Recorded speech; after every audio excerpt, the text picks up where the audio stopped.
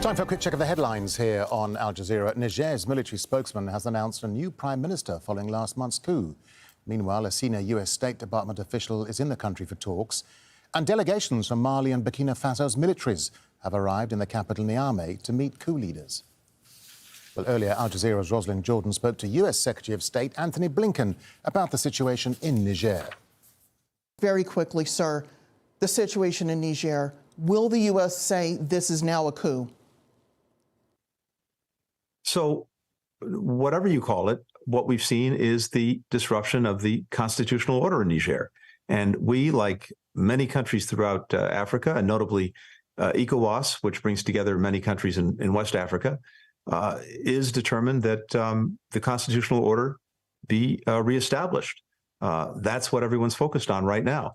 So from our perspective, for the United States, I've been in close contact with President Bazoum, with many leaders throughout Africa, and everyone is working toward the same objective, the restoration of the constitutional order.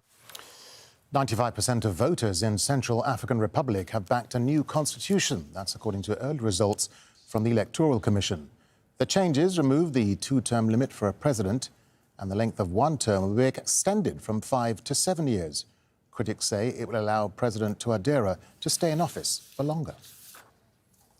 Israel's military has raided a refugee camp near Nablus in the occupied West Bank. Soldiers demolished the home of a 49-year-old Palestinian man who they say killed 2 Israeli brothers earlier this year. Rescue operations have stopped off the Italian island of Lampedusa, where at least 30 people are still missing after 2 migrant boats sank on Sunday. Survivors say the overcrowded vessels departed the Tunisian port city of Sfax on Thursday. The Italian Coast Guard was able to rescue dozens of people and has recovered 2 bodies.